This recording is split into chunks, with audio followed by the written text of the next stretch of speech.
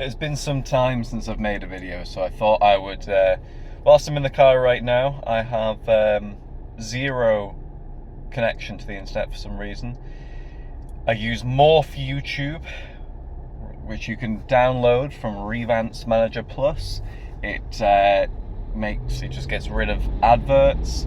It allows you to listen to YouTube with your screen off, which is ideal if you're like me and you listen to a lot of stuff where you don't really necessarily need to watch it. So pretty good, but it for some reason has been playing up recently and connection keeps dropping out. So I think that I'm going to have to take the hit on this one rather than just passively consuming. I'm going to have to create something, which is really something I should probably do more often. Anyways, a little preamble out the way.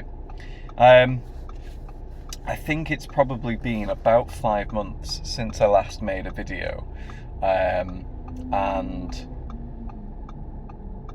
quite a lot has changed since then.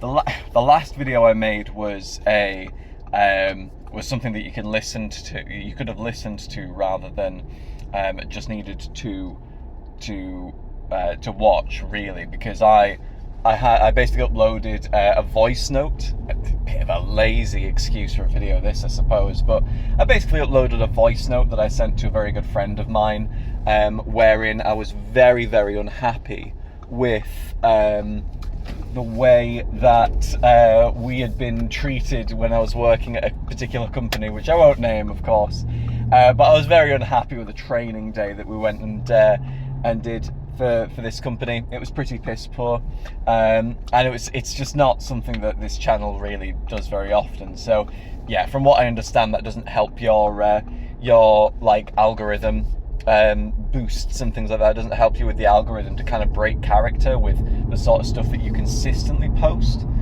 I'm not really doing this to be very popular. I'll get that out of the way. I'm not set out to make a YouTube channel that gets that gets me famous, but yeah, I don't think that video's got more than like 3 views, so, but maybe that's why.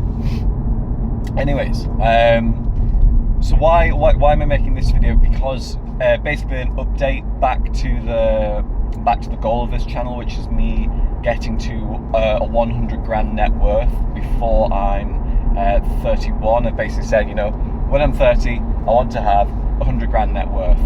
A good chunk of that is going to be in my house because we have a mortgage, but we own it. I've got quite a lot of savings, quite a lot of investments. I think this, so I just turned 28, so I've now got about 3 years left to pretty much do a remaining 50k.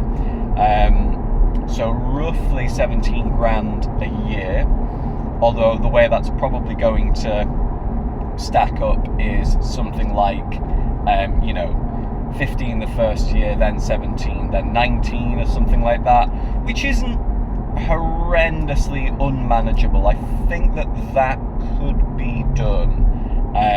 That's about £1,000 a month in savings, which I can just about do, whilst making sure that all my other bills are paid, and then assuming no sort of growth in any of my stocks or anything like that. Now it's worth saying that I'm quite confident with that because I, for a while on this channel, if you're the one person that watches these with any regularity, if you go back and watch my other videos, you'll see that I've basically been saying, probably since like a year, about the last 18 months, I have been of the opinion that we are going to have an economic drawdown, some sort of, not collapse, really, although that is maybe in the future, but some kind of economic bad shit is in the pipeline for us. I think it's probably going to happen towards the end of this year. This is for the I think it's going to happen towards the end of this year and maybe the start of 27. Now that means that quite a lot of the money that I save goes into quite low interest. You're not really talking more than about 4%, so relatively low interest accounts that generate enough to beat inflation and enough that my money is kind of going up technically, but it's not. They're not accounts that are like, I don't have a lot of my money in. Got, I think. Let me just think here. I think I have less than £1,000 in stocks at this point.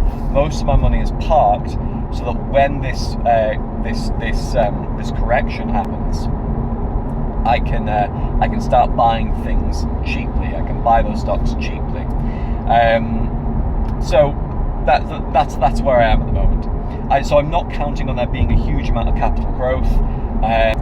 I think that our house is probably going to be the thing that sort of has the most amount of capital growth in it, which is not really like, that's a piece for success and getting your way beyond basically being in the middle class. So that's just because economically at the moment things are slow. So there's a little bit of Bitcoin which is going down in value. There's quite a bit of stocks, which, you know, I think it's just going to be a bit stagnant for now. And then there is just the money that I have in like savings, earning, you know, about 4% maybe on average. So cash ISA is a bit less than 4%. Stocks and shares ISA, I've just got it parked rather than in stocks mostly, and that is earning gain a little under 4%, maybe 3.85. We probably have had a good bit of capital growth in the house, and although I'm not sure, that's sort of stagnant as well as a market too. And then the Bitcoin has gone down slightly in value, like I said. Yeah, so things are kind of just, I'm only really adding to my net worth by kind of just saving money, which is really, like, again, long term, your goals need to be a lot bigger. One's goals need to be a lot bigger than just saving money and paying off the house and living without a mortgage. That will get you to, you know, comfortably middle class with a retirement income that you can with an income that you can retire on, and probably about $1 million to right, whatever that is worth right now, but probably about $1 million to $2 million net worth, which allows you to retire and draw from the 5 to 8% growth that you'll see in that every year. So not a bad place to be, but I do want to be somewhere else. And like I said before, that £100,000 sort of snowballs once you it really starts to snowball once you hit that number. And yeah, so bit of a preamble. Things are stagnant at the moment, and if you're watching this video and you also live in the United Kingdom, you know that things are stagnant at the moment. Our economy is not really growing. We are overly taxed. In the last 10 years, we've lost half of all of our millionaires. We did have something like 1 million millionaires just around Brexit. We now have less than 500,000. We've got about 445,000 millionaires.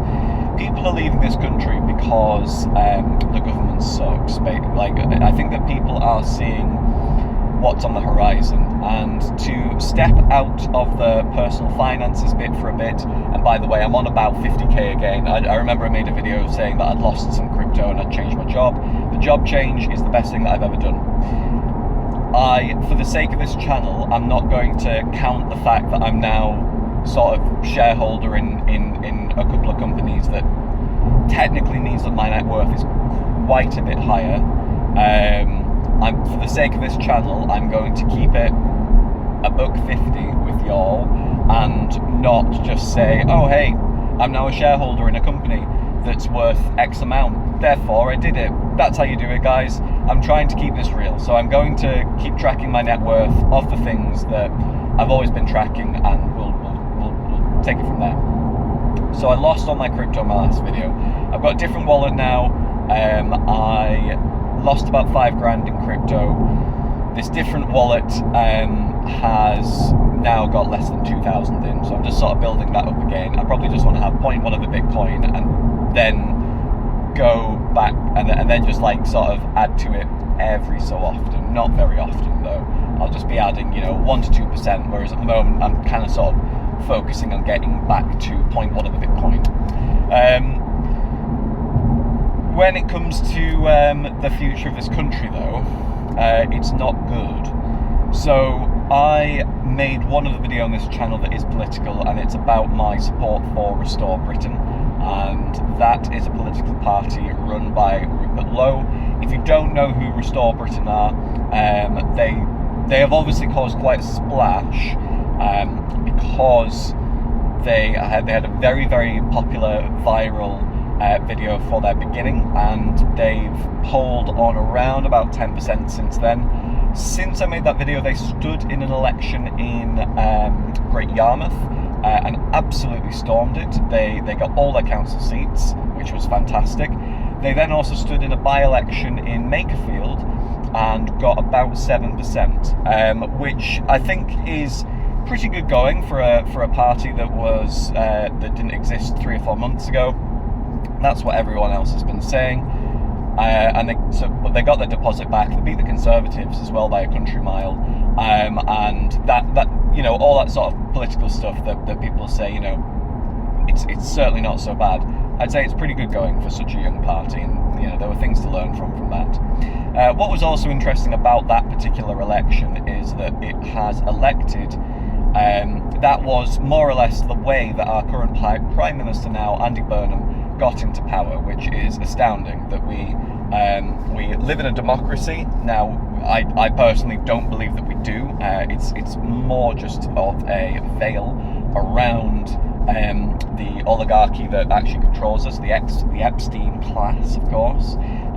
We don't really live in much of a democracy as far as a chicken who lives in a cage lives on a farm. We are very much controlled. However, hopefully we can bring ourselves back from the brink. Where I am at the moment is beautiful, and I am blessed to live in this country. And there's a very real danger that it becomes just South Africa or something like that. That's kind of where I believe we're headed if the trajectory isn't corrected for. We're just sort of going towards South Africa. So our new Prime Minister, like I said, we live in a democracy where about 25,000 people vote this guy in, who was a mayor that was just bankrupting Manchester. Now he got voted in by about 25,000 people, or whatever his majority was over reform in that election. He won. Prime Minister Keir Starmer stepped down. Burnham took his place. There was not even any contest. And now we have a different Prime Minister. Pretty astounding. But, if I'm going to say that we don't really live in a democracy, I'm not really going to say, that it's bad or whatever. It's just the way the politics is at the moment. We don't really have any Prime Ministers. Who was the last person that made a full term? Probably David Cameron. That's astoundingly bad. So, he is going to be just more of the same. That's my take on it. If you're looking for a hot take, he is going to be more of the same. I really don't believe there's going to be anything different. It could potentially be worse, actually, because whereas Keir Starmer sort of was, in his own way, looking to preserve the Blairite parasitic system that we had, I think that Burnham is too stupid to understand that that's the goal of the Labour Party and will destroy it, and destroy it through not cool means, not means like we want in Restore, which is to gut the civil service and let the English people free. I think that the means by which Andy Burnham is going to destroy the English state is just simply by bankrupting it, probably the same way that he bankrupted Manchester, because back then he didn't kind of realise that he could just ask for money from central government that he can't now. So yeah, those are my thoughts on our new Prime Minister, our fearless leader. And I think that we, without going too much into this being a politics channel, which I don't really want it to be, it's worth knowing that if you are not interested in politics, politics will always take an interest in you, and you do need to be politically aware. If you're watching this and saying, oh, this is a channel meant to be about finances, well, one, it's my channel, so I'll talk about what I like, but two, you need to be politically aware. You absolutely need to be aware of the fact that you live on a game board and there are friends and enemies, basically. What does this change for the channel? Probably not really anything.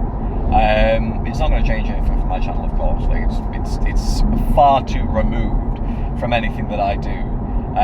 However, that impending crisis that I've been talking about, that's looming, it only looms closer with this kind of with this election. It only seems like the horizon has gotten closer towards us, and that possible future of South Africa, you know, for every person that says, oh, surely things will never get as bad as North Korea or South Africa, surely things can't get that bad.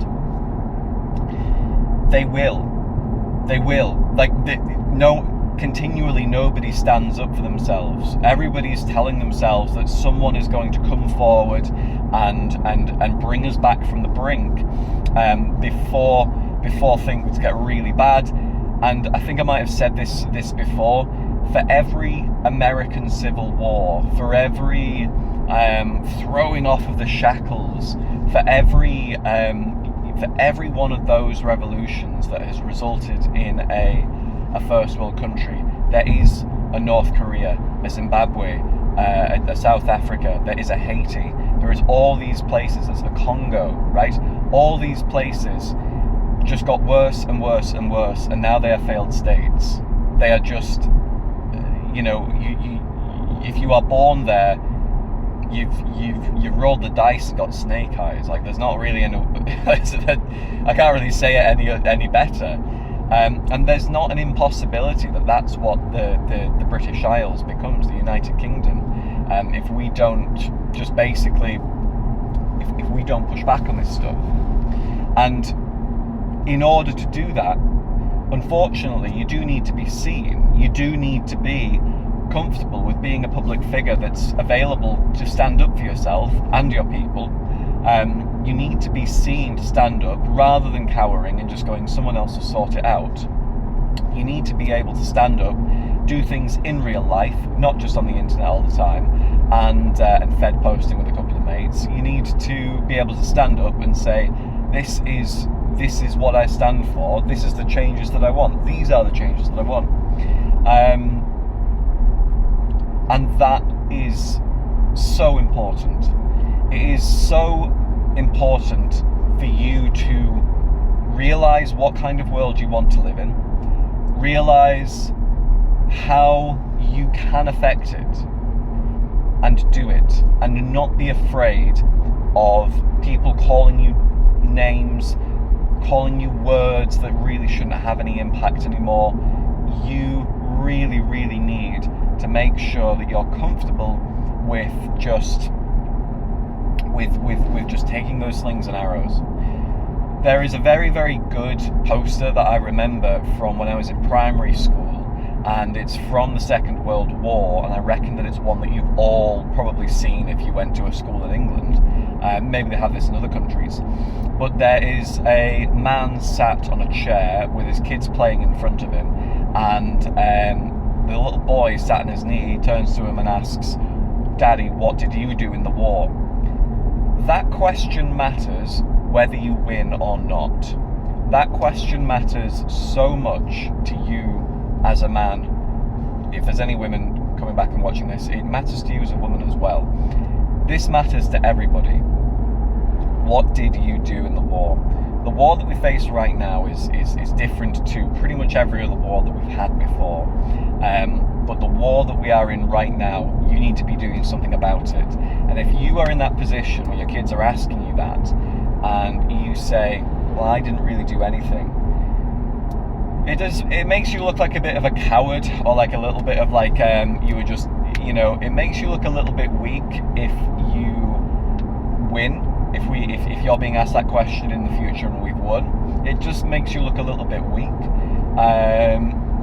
And if we've lost, well, then it makes you look very weak and like a coward.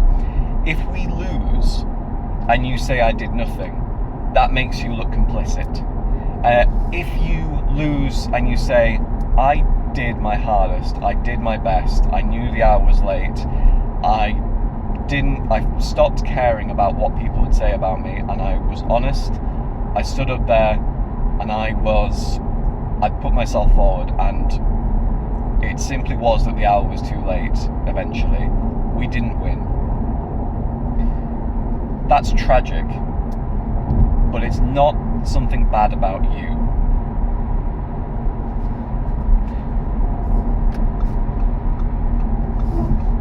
If things get that bad, if things do get to South Africa, North Korea, that sort of thing, there are always lights in the darkness. There's a little white pill. When the Roman Empire fell properly, when it properly fell, and the civil service, all the infrastructure of the state had dissolved, there was a huge outpouring of basically migrants that had been granted Roman citizenship, and really quite quickly the demographics switched back to the place being almost totally made up of the people who had been there for thousands of years, for generations. And I do not want to see things get that bad. I don't want to see the fall of Rome happening to England. However, when you look at places like South Africa, there is Orania. Okay, there are places which are cloisters separated from the madness that has taken hold of the rest of the country. When you look at, if you look at something like North Korea, it's a bad place, and there's no kind of particular, there's nowhere in North Korea that you can go to. But people who flee to South Korea, that's kind of the closest you have,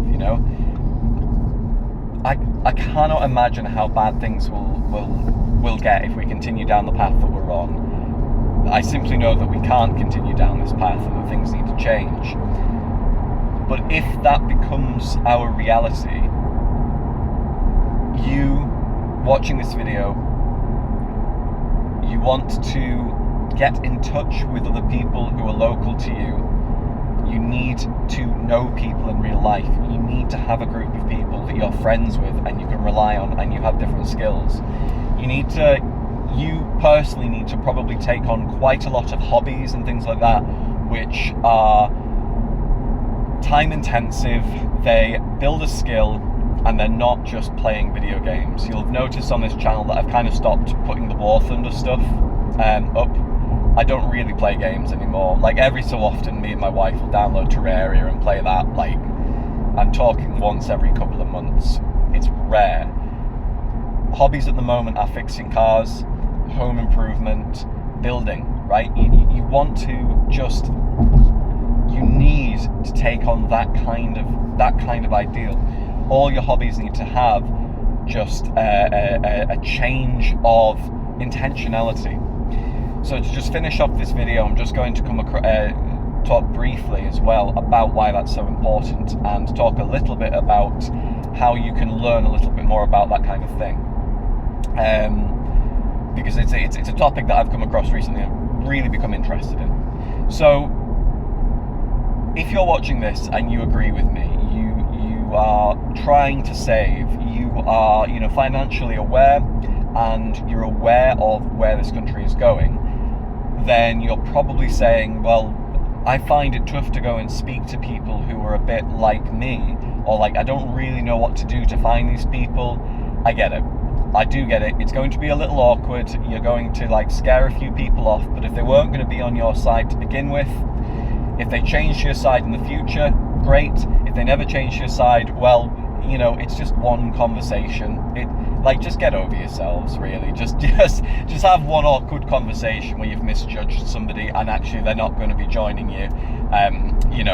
on the farm at the end of civilization. That's fine. However, if you attend a church or something like that, if you go to any kind of sports, just anything you can think of, where you're regularly speaking to other people who are kind of your age, who have different skills, and that you can just see yourself being around in the future, then please get in touch with them and meet up with them outside of that particular space. Like, just make friends, basically. Make friends. The reason that your hobbies need to become things that are productive is because you need to start building up this base of being self-reliant. I came across a really interesting concept fairly recently about prole drift, and I may have even mentioned it in one of the videos, but I'm not quite sure. Prole drift is the idea that, you know, as society gets worse and worse, people are reframing the choices that they've had to make because their home economics aren't as good anymore. People are reframing the compromises that they've had to make as choices that were premeditated. A good example is van life. Of course, living in a van down by the river is a really good sign that someone has fucked up, right?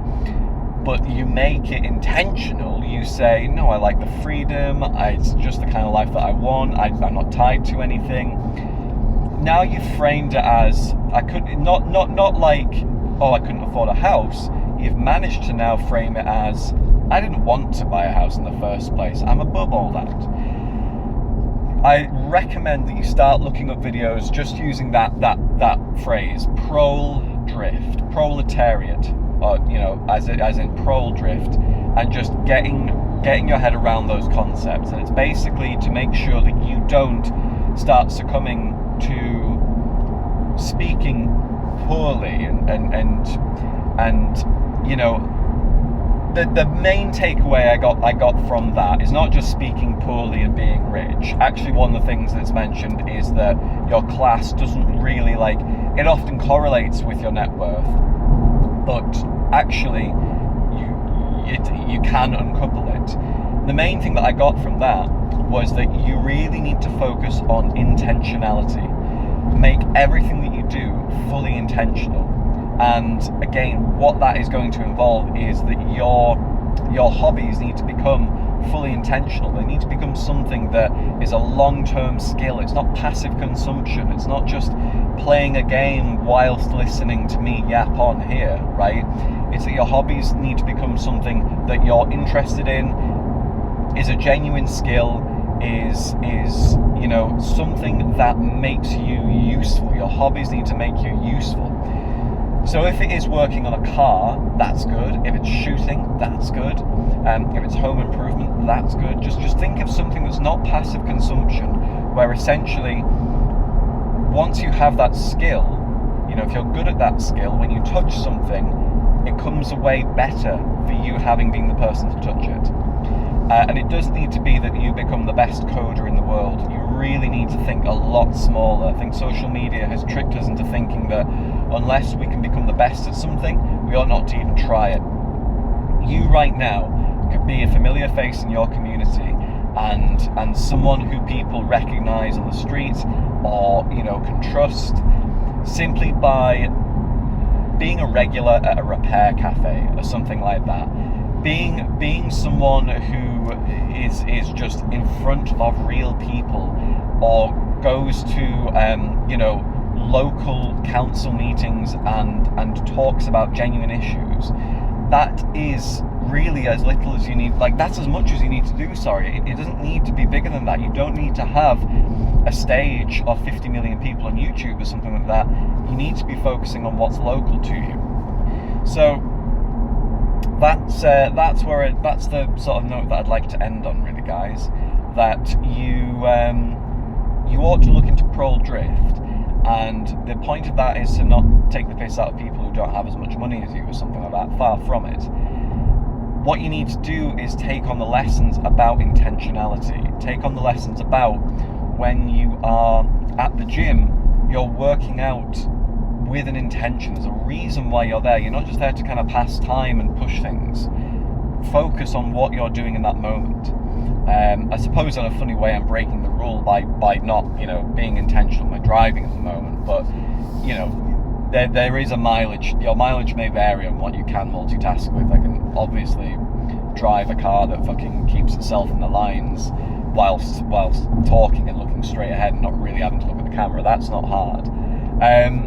But when it comes to kind of like something where you are learning as you go, where you need to take your headphones out and pay attention to the video of the man showing you how to pull, you know, get rid of a stuck bolt so you can change your wheel bearing or whatever. Please do more things like that. Do more things that require your attention. And again, intentionality is the word. When you dress for each occasion. You might end up changing your outfit 3 or 4 times a day because you go to the gym, then you come back, and then you're going to go to work, then you come back, then you're going to spend some time with your spouse. So again, this is not just for women, of course. Dress differently, like make the effort, make yourself look good for that person. So have full intentionality. Now, why I think that is a very important one, given what I was talking about earlier with the future of this country and how bad things can get, is that when things are that bad, you need to have this base of things that you've built up that are skills that you've just been chipping away at, and you don't have to throw yourself into the deep end, buy a 1990s rotting Mercedes SL and restore it back to being in perfect condition. That's too much. Where you can probably start is a lot less than that, with just learning how to change your brakes or do an oil change, even just change your wipers or an air filter or something like that. Just start there, and doing 10 years of just building on things like that, where that was your first step, is going to be far better than 10 years of doom scrolling and playing Battlefield 6 or whatever you guys play, or even 10 years of throwing yourself in at the deep end, not really knowing what to do and just getting beaten and getting pushed back. That's quite a bad way to use your time as well. That has always been the purpose of a hobby, is to teach you something in your free time that you enjoy and makes you useful. Really, it's just us 90s and 2000s kids that have had hobbies of passive consumption, watching reality TV. Not really something that I think many people do anymore, but watching reality TV was like, used to be the thing, then it was just scrolling on the internet, then it was playing, you know, kind of mindless games, and now it's doom scrolling. These are big time sinks that you could learn an instrument in or something like that, and you don't, because you're dopamine addicted. So to finish off, my personal prescription to you watching this, if that has rang a little bell, is dopamine detox of some description. You probably need to stare at a clock for 24 hours. I know it sounds like a very shit use of a day off work or something like that, but you're going to have to stare at a clock for 24 hours. Genuinely, or stare at the wall for 24 hours. I'm not kidding, you should actually do that. Fully dopamine detox. Start yourself off the next day with a routine that is much more conducive. Don't look at your phone for the first hour. Don't look at reels or short form content until it's the last.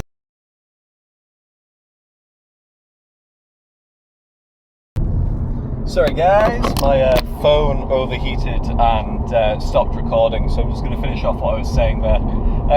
Don't look at Instagram Reels, short form content until it's like the last couple of hours of the day. The basic structure of your day should be wake up. You can plan, I would always plan this the night before, so that you know when you're kind of going to be going to the gym or working out or something like that, when you're going to be at work, and when you want to make time to when you want to make time for your spouse, or if you have a dog, walking the dog, that kind of thing. But it would be waking up, not looking at your phone for the first hour of the day, getting some high quality fats and proteins in, just get some eggs or something in first thing in the morning. Work hard, Don't go on your phone when you're in the toilet. Don't look at reels when you're at work.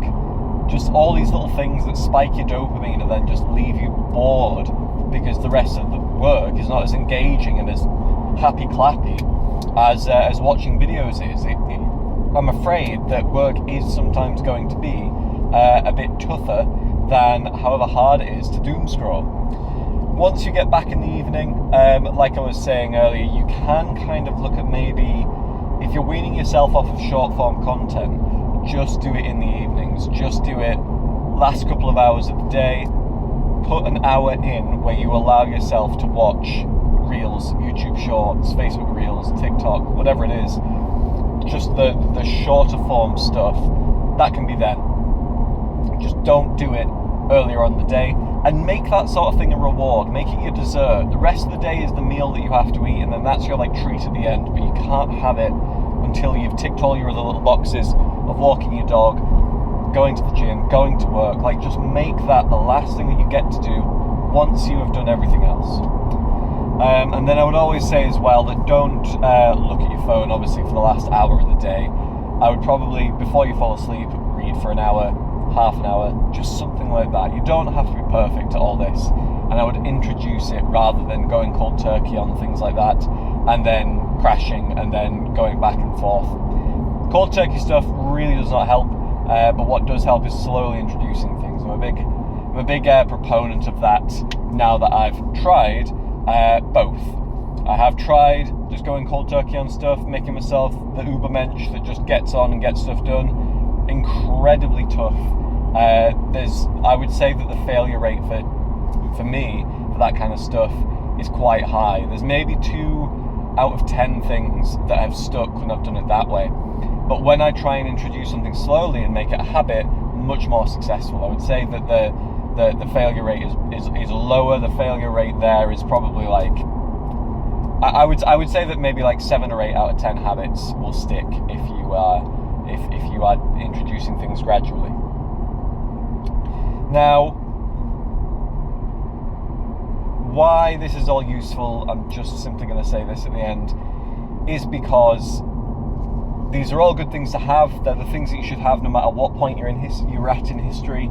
You know, I think you should shoot guns. I think you should be able to work on your car. I think you should grow some of your own food. I think you should be quite independent, and I think you should be quite self-reliant.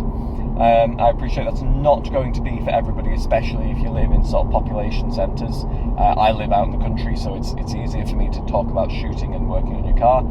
You might not even have anywhere that you can work on a car on, like there is no flat ground around you or space for you to park a car. You might live in a population centre where car ownership is very just not really done, and you're on public transport a lot. Fine, but build something, and just repair something. If you can't repair a car, go on Facebook Marketplace and pick up a broken washing machine that's 5 miles away from you for £20 and repair it. Like, learn how to repair it. Just easy stuff like that. And just, I would say as well, at the beginning, don't pressure yourself into making a profit off of it.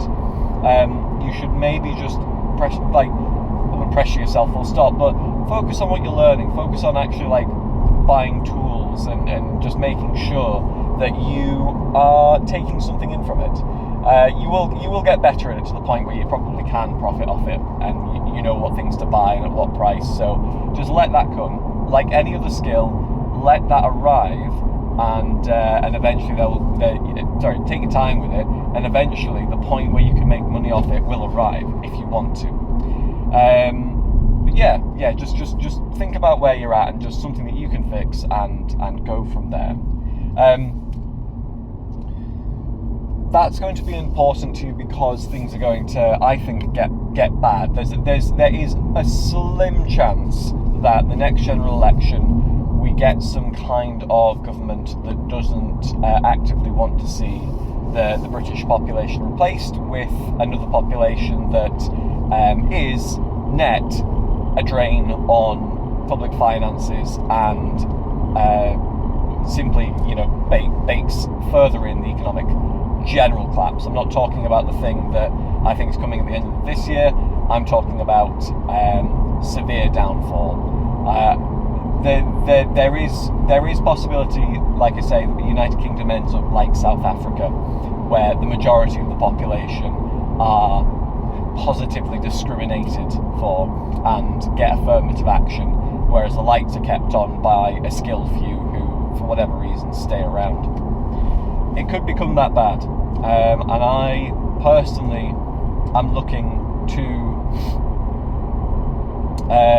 protect my own family, obviously, and make sure that we have quite a good level of independence and a nice level of being able to sort ourselves out a little bit with food, a little bit with car repair, that sort of stuff, and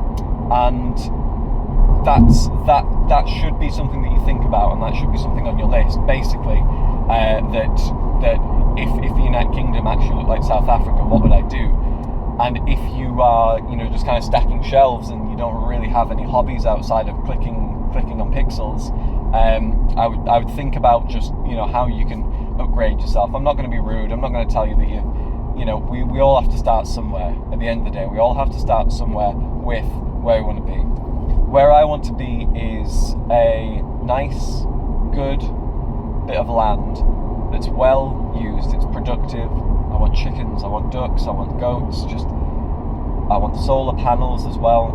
It's a funny thing for me to say, because I'm a sort of I do think the climate green agenda stuff is a scam, but I want a level of energy independence as well. I want guns, I want a nice big old reliable 4x4, I want lots of kids that I homeschool, and that has been my dream life for at least 10 years now. I would say 10 years is how long I've been thinking about that kind of thing. And it's what I'm going to do. And I'm going to do it by hook or by crook. And everything is geared towards that. You need to just rekindle the fire and that sort of 10-year plan that you had for yourself when you were younger, when you weren't so jaded by work and things like that. But just think about where you would like to be when you were younger. Like, what did you really want to do? Did you want to be someone that built bridges? I really, really wanted to build guns. I've always been a gun nut. I've literally been into guns since I was 4 or 5 years old or something like that. And I think that what I need to do now is just rekindle my love for the idea of being a gunsmith or something like that, basically, which I really don't see why I shouldn't make that my sort of hobby, my vocation. At the moment it's fixing cars, just whilst I get my license, and I'm sure that later on I'll move on to gunsmithing. Just rekindle with yourself, know what you want, work towards that, and make sure that you're a useful human being. Make sure that you're not going to be stepped over, basically, and that that your family is safe because of you. So get strong, get good at fighting. Physically, I would recommend some people maybe go to a boxing gym and stuff like that, and just be prepared for things getting worse than they already are. Thank you very much, guys. Big love to you all for watching these videos, and I hope you are having a wonderful, wonderful summer.